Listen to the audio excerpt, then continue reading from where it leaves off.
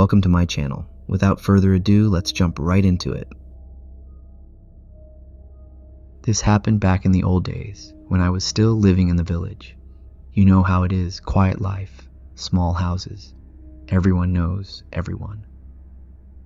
The forest wasn't too far from the village, maybe a little walk past the rice fields. I used to go there sometimes, just to clear my head or maybe find something useful like firewood.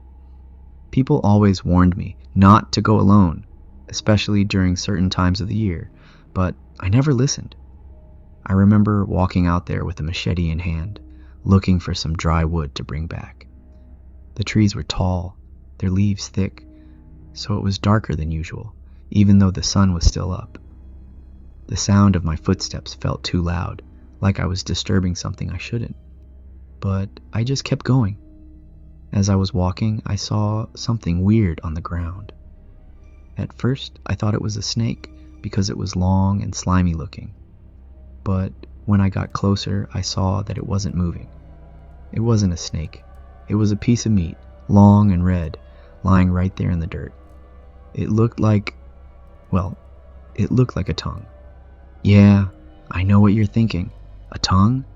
Out in the middle of the forest? That's what I thought too. But there it was. I poked it with a stick to see if it'd move or something, but it just flopped over like dead meat. The edges looked ragged, like it had been ripped out of something. There was even blood still on it, fresh blood. Now, any normal person would have turned around and gone home, but not me. No, I picked it up with a stick and just stared at it, trying to figure out what kind of animal it came from. It was too big to be a regular animal's tongue, but it didn't look human either. I don't know what I was thinking, but I just dropped it and kept walking, telling myself it was nothing. The rest of the trip was quiet, too quiet. Usually you'd hear birds or insects or something, but not that day. It was like the whole forest was watching me. I didn't stay long after that. I grabbed a few pieces of wood and headed back to the village, but the whole way, I couldn't get rid of this weird feeling, like something was following me. That night, I couldn't sleep. I kept thinking about that tongue. Why was it there? Where did it come from? I was lying in bed, staring at the ceiling, when I heard something outside. At first, it sounded like the wind, but then it got louder. It was this faint, wet sound, like someone dragging something heavy through the dirt. I tried to ignore it, but it just kept getting closer. Finally, I couldn't take it anymore. I got up, grabbed the machete I kept by the door, and went to see what it was. I pushed the door open just a crack and peeked outside. At first, I didn't see anything, but then I noticed her. She was standing there right by the edge of the house, just barely lit by the moonlight. A woman wearing a long Hmong dress, her hair hanging down to her waist. She wasn't moving, just standing there staring at me. My heart was pounding so hard I thought it might burst. I wanted to yell, to scare her off, but my throat felt dry. I couldn't say a word. Then she moved, and as she got closer, I saw her face. She didn't have one. Where her mouth should have been, there was nothing but smooth skin. No nose, no eyes, just this blank, pale face staring right at me.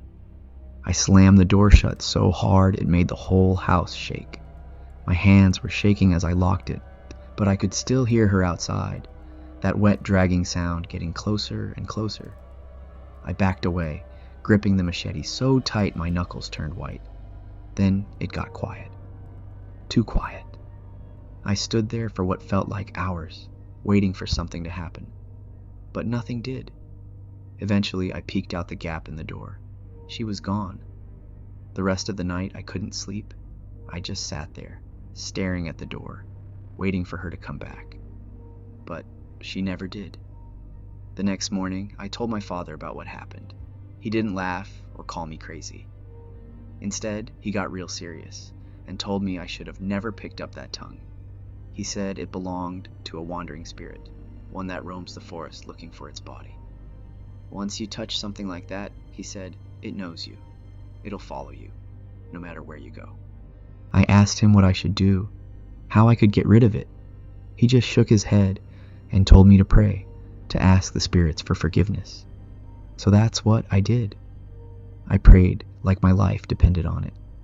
For a while, things seemed normal again. The woman didn't show up, and I started to think maybe it was all in my head. After that night, I thought I was free. For a few weeks, life went back to normal. I'd work during the day, eat dinner with the family, and go to bed like nothing ever happened. But deep down, I was always on edge. You know that feeling when someone's watching you? Even if you can't see them, you just know they're there. That's how I felt all the time. Every creak in the house, every gust of wind outside, it all felt like her. One night I was sitting, sharpening my machete by the fire. It was late, and everyone else had gone to bed. The only sounds were the scrape of the blade and the crackling of the firewood. Then I heard it, that wet, dragging sound. It was faint at first, like it was far away, but it was getting closer. I froze, the machete slipping out of my hand and clattering to the floor. I didn't want to look, but something inside me made me stand up and go to the door. I shouldn't have looked. She was back. This time, she was closer, right in the middle of the yard. The moonlight hit her just right, and I could see her more clearly than before. Her dress was dirty, torn in places, and her long black hair were muddy and something else I didn't want to think about. Her face, if you could call it that, was still smooth, pale and blank. No eyes, no mouth, just nothing.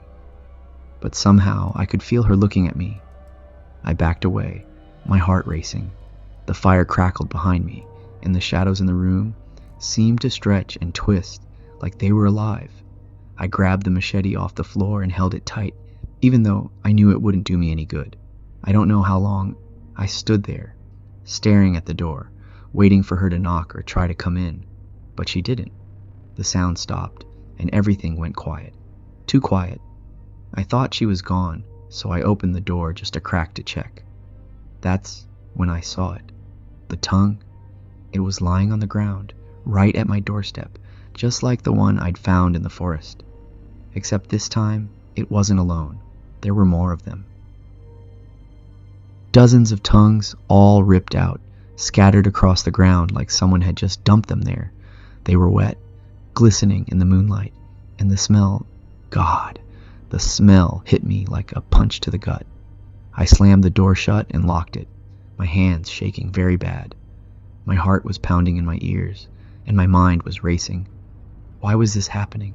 What did she want from me? The rest of the night, I didn't sleep. I sat by the fire, machete in hand, waiting for her to come back. But she didn't. The next morning, the tongues were gone. I tried to tell myself it was all in my head, that maybe I was just tired or imagining things. Over the next few weeks, I started seeing her more and more. Sometimes she'd be standing at the edge of the forest, watching me from the shadows. Other times, I'd catch a glimpse of her reflection in the water when I was washing up. But the worst was when she started showing up in my dreams. In the dreams, I'd be back in the forest, standing in the same spot where I'd found the tongue. Everything would be quiet, just like before. Then I'd hear her, that dragging sound. I'd turn around, and there she'd be, standing right behind me. Her face, if you could even call it that, was always the same, blank, smooth, and pale. But in the dreams, she had a mouth, and it was always open. Her mouth was wide, impossibly wide, stretching across her entire face. Inside, I could see the tongues, hundreds of them, all writhing and moving like they were alive, and then she'd scream. It wasn't a sound you could hear with your ears. It was more like it went straight into your head, rattling your brain and making you feel like you were going to lose your mind. I'd wake up in a cold sweat, my heart racing, and every time I'd hear that wet, dragging sound outside my door, I couldn't take it anymore. I went to the shaman and begged him for help again. This time, I wasn't just desperate, I was terrified. I told him everything in detail. The tongues at my doorstep, the dreams of her screaming, the way she kept showing up no matter how far I went. The shaman sat in silence, listening. When I finished, he let out a deep sigh and leaned back, staring at the ceiling like he was thinking about something heavy. Finally, he said, "There's only one way to deal with this, but it's not easy and it's not cheap." "What do I have to do?" I asked. I was ready to agree to anything at that point. "You need to make an offering," he said, "a powerful one, something that will appease the spirit and break its attachment to you." "What kind of offering?" He looked at me with a serious expression. "You'll need to sacrifice a cow." Now, I don't know if you've ever had to deal with something like this, but let me tell you, sacrificing a cow isn't exactly a small thing. Cows are expensive, and they're valuable in the village. But what choice did I have? Either I sacrificed the cow, or I'd live the rest of my life with that thing following me. So, I agreed. The shaman told me to bring the cow the next day and prepare myself for what would happen. He warned me that the ritual would be intense and that I had to stay inside the circle no matter what. "No matter what you see or feel," he said, "don't leave the circle. Do you understand?" I nodded, but my stomach was already doing flips. The next morning, I borrowed a cow from my cousin and led it to the shaman's house. When I arrived, he had already prepared everything. There were symbols drawn on the ground, bowls filled with herbs and powders, and a fire burning in the center of the circle. "Bring the cow into the circle," he instructed, his voice calm but firm. I did as he said. The shaman began chanting, his voice low and rhythmic, like a drumbeat that echoed in my chest. He sprinkled herbs into the fire, and the smoke turned a strange shade of blue, swirling around us like it was alive. At first, nothing happened. I stood there, holding my breath, waiting for her to appear, but the air around us felt different now. The wind picked up, swirling the smoke around us in strange patterns.